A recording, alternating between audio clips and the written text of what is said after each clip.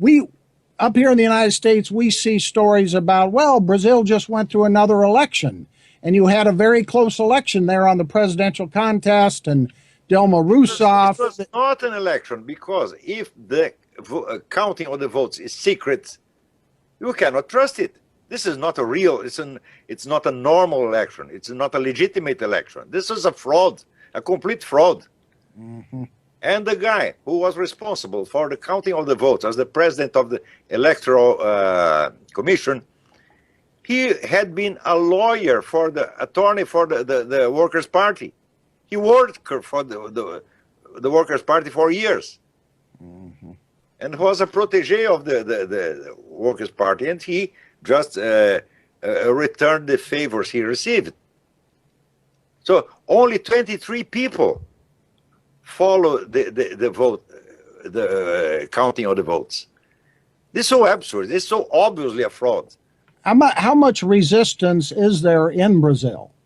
Now, you know, today there was news from the government itself. You know what the support for Dilma now? 7%. 7%. So 93% of the Brazilians are against Dilma Rousseff. And yet she just won that election, according to the official count. Didn't she get about 52% of the vote? She won no election at all. Okay. How can you say that? How can we accept a secret counting of votes? Totally fraudulent. Total fraudulent. Yeah. We can never accept this. An election has to have transparency. Everybody has to have access to the counting of the votes and verify, and then we accept, well, you won. We count the votes and you won. That's okay. But we cannot count the votes. We cannot even see the votes. And the machines are programmed not to be audited. They cannot be audited.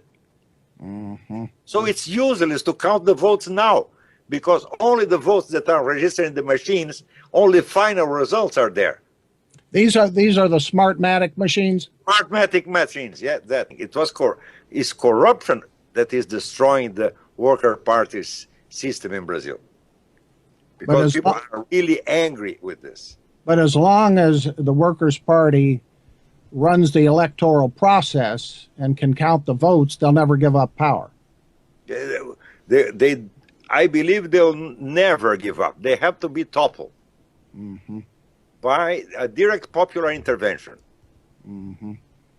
I don't believe very much in a military intervention, but I believe in popular intervention. They have to expel these people from political life forever.